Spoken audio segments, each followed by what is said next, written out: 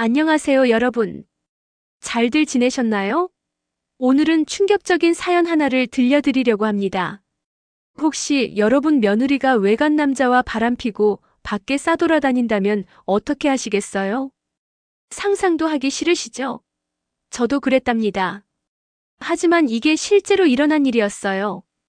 이야기 시작 전에 좋아요, 구독 잊지 않으셨죠? 그럼 지금부터 그 이야기를 천천히 들려드리겠습니다. 저한테는 아들이 하나 있어요. 이름은 지훈이라고 합니다. 제 인생의 전부였죠. 남편은 지훈이가 고등학교 때 교통사고로 세상을 떠나서 저 혼자 아들을 키웠어요. 그래서인지 지훈이한테 더 애착이 갔던 것 같습니다. 지훈이가 어느덧 결혼할 나이가 됐어요. 지인을 통해 소개를 받았다는데 이름이 수진이라고 하더라고요. 직장 사내 커플이라고 했습니다. 같은 회사에서 만났다고요. 그런데 왠지 이상하게 저는 처음 수진이를 만났을 때부터 느낌이 좋지 않았어요. 뭔가 숨기는 게 많아 보였어요. 웃을 때도 진심이 느껴지지 않았고 가식적이라는 느낌이 강하게 들었더랍니다. 저는 지훈이한테 조심스럽게 말했어요. 지훈아, 엄마는 수진이 별로 마음에 안 든다. 믿음이 안 가. 하지만 지훈이는 제 말을 듣지 않았어요. 엄마, 제가 좋아하는 사람이에요. 저 믿어주세요. 자식이기는 부모 없다잖아요. 자기가 좋다는데 제가 어떻게 맞겠어요. 사돈 어른들도 만나봤는데 사람들이 괜찮아 보였어요. 훌륭한 부모 밑에는 훌륭한 자식이 있다잖아요. 그래서 결국 결혼을 허락했답니다. 하지만 결혼식 날 저는 수진이를 보며 불안한 마음을 떨칠 수가 없었어요. 그래도 어쩌겠어요. 이미 엎질러진 물이었죠. 아들이 행복하면 그만이라며 제 스스로를 달랬답니다. 그렇게 어느덧 1년이 지났어요. 어느 날 지훈이한테서 전화가 왔습니다. 엄마! 수진이 임신했어요! 저는 너무 기뻤어요. 드디어 손주를 볼 수 있다는 생각에 너무 기뻐서 눈물이 났습니다. 이제야 우리 집에도 새 생명이 오는구나. 그날 밤 저는 설레는 마음으로 잠을 이룰 수가 없었어요. 손주 얼굴을 상상하며 행복해했죠. 여보, 우리 아들 지훈이가 이제 아빠가 된대. 방 한켠에 있는 남편 영정 앞에서 대답은 없겠지만 남편에게 말했어요.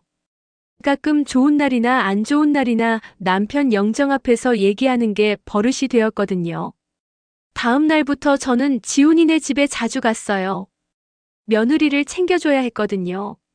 임신한 몸이니까 힘들 텐데 도와주고 싶었답니다. 그런데 그 기쁨은 오래가지 않았어요. 수진이는 제 호의를 차갑게 거절했거든요. 처음엔 수진이도 공손하게 말했어요. 어머님, 괜찮아요. 제가 알아서 할게요. 그런데 부모 입장에서 그게 되나요? 제 나름 노력한다고 했지만 며느리는 그게 싫었나 봅니다. 그 이후로 점점 말투가 퉁명스러워졌죠.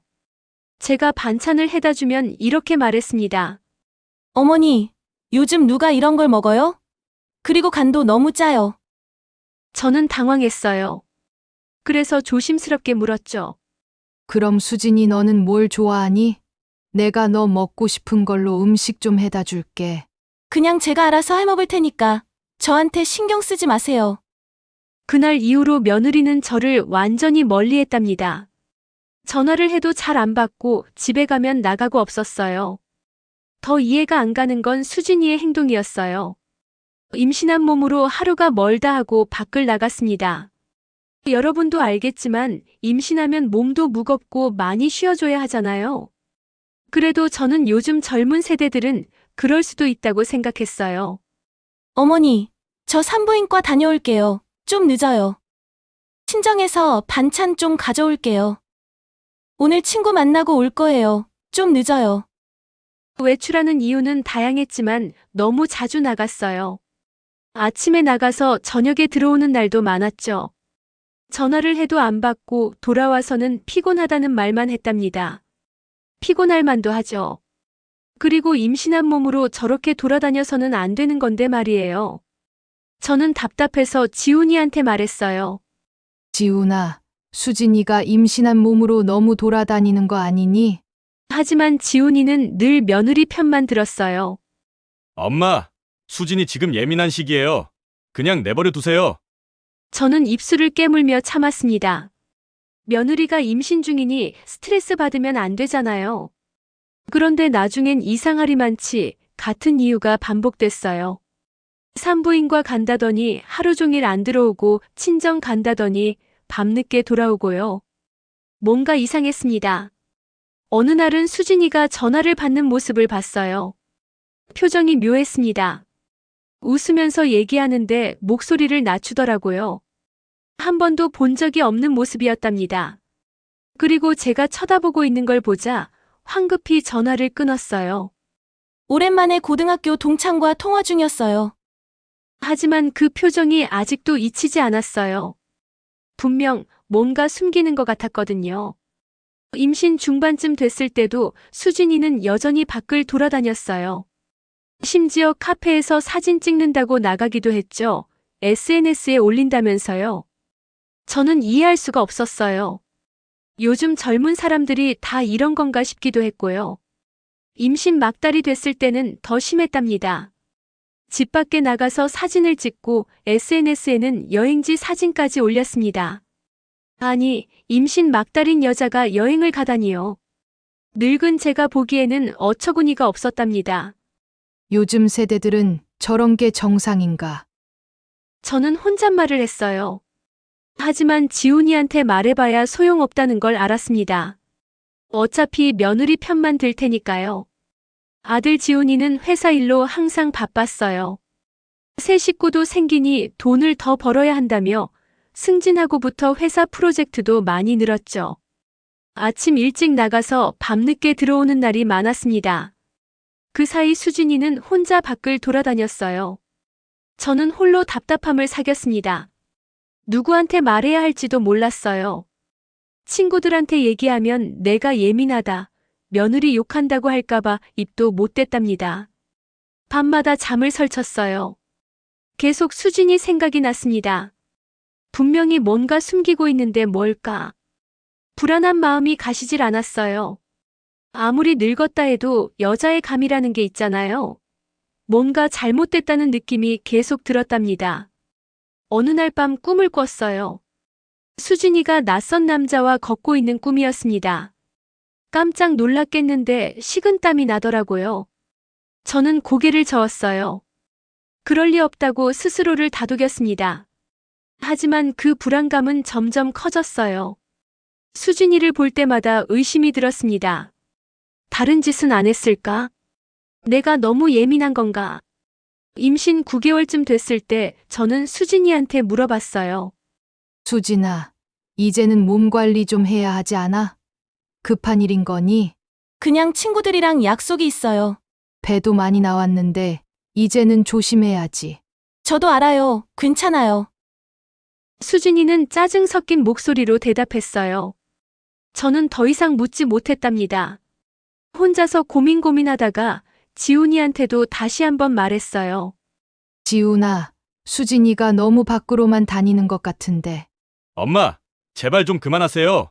수진이 스트레스 받아요. 지훈이가 짜증을 냈어요. 저는 입을 다물 수밖에 없었습니다. 여러분이라면 이런 상황을 이해하시겠어요? 저는 도저히 이해가 안 갔답니다. 며느리 걱정해서 하는 말인데 이런 취급을 받다니요. 참 어처구니가 없었죠. 어느덧 출산 예정일이 다가왔어요.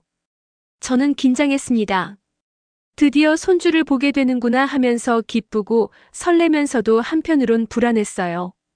수진이의 행동들이 계속 머릿속을 맴돌았습니다.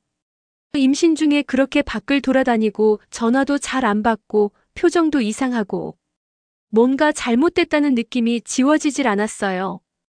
어느 날 밤 저는 남편 영정 앞에 앉았어요. 여보, 내가 너무 예민한 걸까요? 아니면 정말 내가 모르는 뭔가 있는 걸까요? 답은 없었지만 계속 불안했습니다. 며칠 후 드디어 출산 소식이 왔습니다. 저는 병원으로 달려갔어요. 손주를 보는 순간 눈물이 나더라고요. 정말 예뻤어요. 하지만 뭔가 찝찝했습니다. 왜 그런지는 모르겠지만 마음이 편치 않았어요.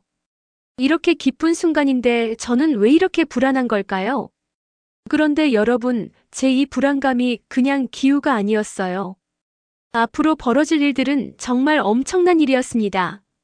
아마 여러분들이 들으셨다면 놀라 까무라칠 거예요. 손주가 태어나고 나서 이상한 일들이 계속 벌어졌거든요. 다음 이야기에서는 손주를 키우면서 제가 겪은 충격적인 일들을 들려드릴게요. 여러분들은 정말 이런 일도 있나 싶으실 정도로 믿기지 않으실 거예요. 다음 편이 궁금하시겠지만 조금만 기다려주세요. 저도 그때 그 일들을 겪으면서 정말 힘들었거든요. 좋아요와 구독해주시면 제가 이야기 들려드릴 때 더 큰 힘이 될 것 같아요. 그럼 다음 이야기에서 또 뵙겠습니다. 오늘 이야기는 여기까지예요. 그때까지 건강 잘 챙기세요.